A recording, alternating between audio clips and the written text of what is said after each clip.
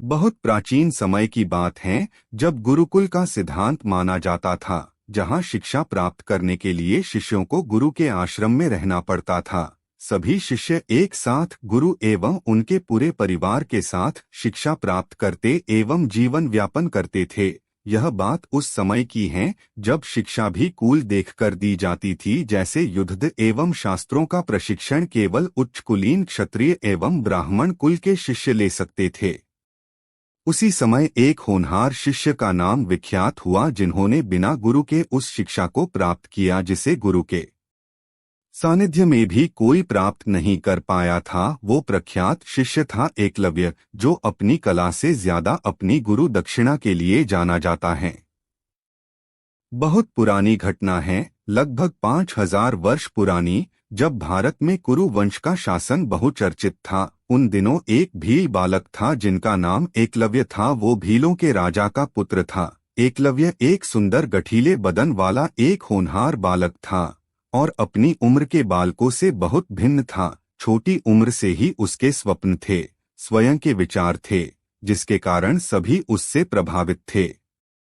एक दिन भील राजा अपने पुत्र एकलव्य को बड़ी गंभीरता से देख रहे थे और विचार में थे। एकलव्य उन्हें बहुत खोया खोया और बेचैन दिखाई दे रहा था। अन्य बच्चों की तरह उसका मन बचपन की शरारतों में नहीं, बल्कि किसी उलझन में उलझा दिखाई दे रहा था। पिता पुत्र एकलव्य से इस गंभीरता का कारण पूछते हैं। तब एकलव्य अपने दिल की बात अपने पिता से कहता है, पिताजी, मैं एक धनुर्धर बनना चाहता हूँ और इसकी शिक्षा मैं गुरु द्रोण से लेना चाहता हूँ। यह सुन पिता सोच में पड़ जाते हैं। उन्हें पता है कि गुरु द्रोण राजकुमारों को ही शिक्षित करते हैं और भील जाति को विद्या देना गुरु द्रोण के धर्म के विरुद्ध है। लेकिन एकलव्य के मुख पर धनुर्धर बनने की जो प्रबल इच्छा थी, उसके आगे पिता कुछ कह नहीं पाते और अपने पुत्र को गुरु द्रोण के पास जाने की आज्ञा दे देते हैं। एकलव्य बहुत उत्साह के साथ गुरुकुल की तरफ यात्रा शुरू करता है और कई तरह के स्वप्न और दृढ़ संकल्प मन में लिए वो गुरु द्रोण के गुरुकुल पहुंचता है। उस समय द्रोणाचार्य हस्तिनापुर के राजकुमारों को शिक्षित कर रहे थे। जब एकलव्य गुरुकुल में प्रवेश करता है, उसकी आंखें तेजी से गुरु द्रोण को ढूंढती हैं। उसने कभी द्रोण को देखा नहीं था, लेकिन उसके अंतरपटल में उनकी एक विशेष छवि थी और वो उसी छवि को ढूंढता है। उसे आश्रम के प्रशिक्षण क्षेत्र में एक बालक के साथ गुरु दिखाई देते हैं, जो उस बालक को धनुर्विद्या का पाठ सिखा रहे हैं। एक झलक में ही एकलव्य को एहसास हो जाता है कि यही हैं उसके गुरु द्रोण, जिनसे विद्या लेने वो अपने घर से इतना दूर आया है। एकलव्य गुरु द्रोण के समीप जाकर उन्हें प्रणाम करता है।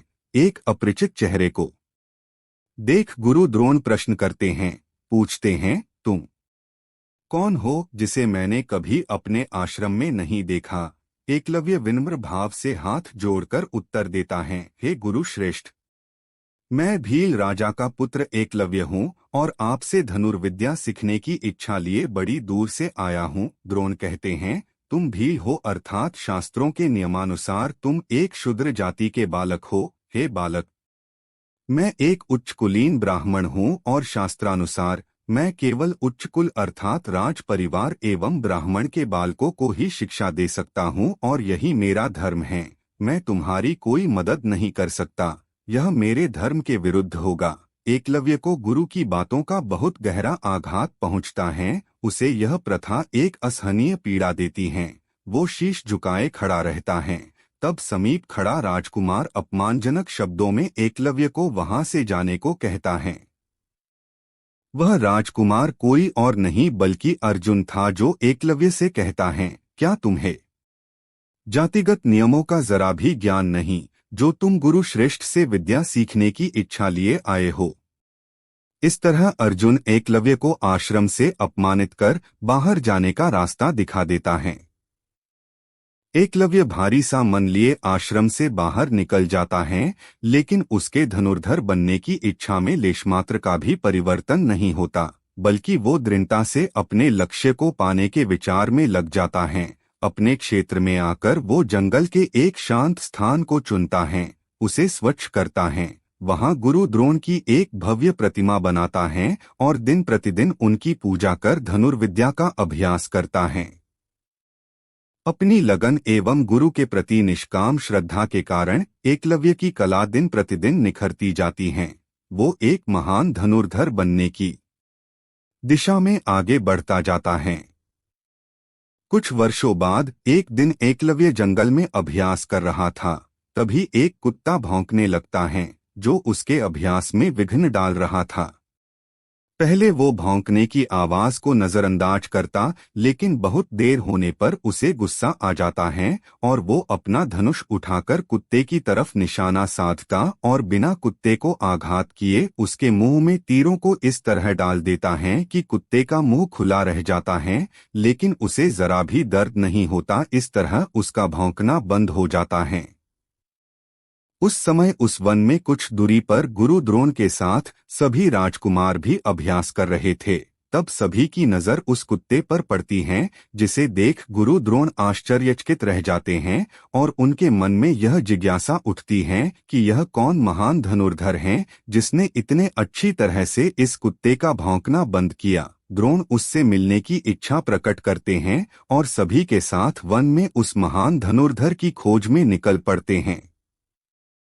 कुछ दूरी पर उन्हें एकलव्य दिखाई देता है जिसे वे पहचान नहीं पाते और पूछते हैं, क्या तुम वो धनुर्धर हो जिसने इस कुत्ते का भौंकना बंद किया?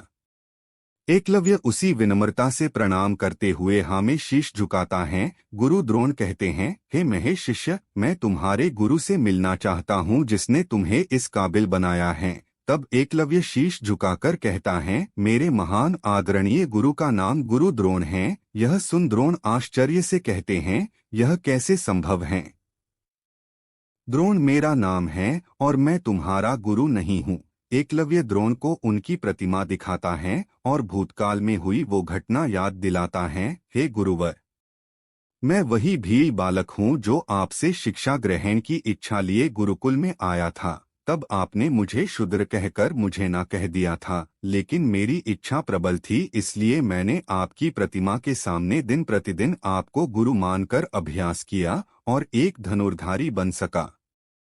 यह देख गुरु द्रोण के मन में बहुत खुशी होती है, लेकिन उनके अहम को आघात भी पहुंचता है, क्योंकि उन्होंने यह प्रण लिया था कि वो अर्जुन को श्रेष्ठ धनुर्धारी बनाएंगे और एकलव्य के होते यह संभव नहीं। गुरु द्रोण अपने इस अपमान को सहन नहीं कर पाते।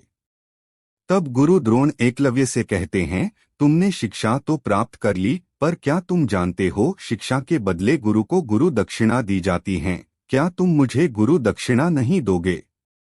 यह सुन एकलव्य बहुत खुश होता है। उसके लिए तो यही बड़ी बात थी कि गुरु द्रोण ने उसे अपना शिष्य कहा और वो कह देता है, हे गुरुवर, यह मेरा धन्य भाग्य होगा अगर मैं आपको शिष्य के रूप में गुरु दक्षिणा दे सकूं। आप जो कहेंगे मैं आपको अवश्य दूंगा। द्रोण कहते हैं, एक बार सोच लो, अगर तुम ना दे सके तो तुम्हारी विद्या व्यर्थ हो जाएगी। एकलव्य कहता है, आप जो कहेंगे मैं प्राण देकर भी दूंगा। गुरु द्रोण बड़ी क्रूरता से कहते हैं, हे महान धनुर्धर, मुझे गुरु दक्षिणा में तुम्हारे दाहिने हाथ का अंगूठा चाहिए। जिसे सुन वहां खड़ा हर एक स्तब्ध रह जाता है, क्योंकि किसी धनुर्धारी से उसके दाहिने हाथ का अंगूठा मांगना मतलब उससे उसकी शिक्षा लेने के बराबर ही था। लेकिन गुरु द्रोण को अर्जुन को ही श्रेष्ठ बनाना था, जो कि एकलव्य के होते नहीं हो सकता था।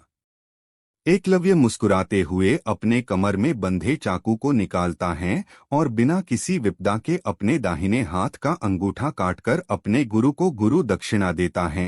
उसके ऐसा करते ही गुरु द्रोण को आत्मग्लानि होती है, लेकिन वो अपने प्रण के आगे निष्ठुर बन जाते हैं। गुरु द्रोण आगे बढ़कर एकलव्य के शीश पर हाथ रखते हैं और उसे आशीर्वाद देते हैं, पुत्र, अंगूठा देने के बाद भी इतिहास के पन्नों में एक महान धनुर्धारी के रूप में तुम्हें जाना जाएगा।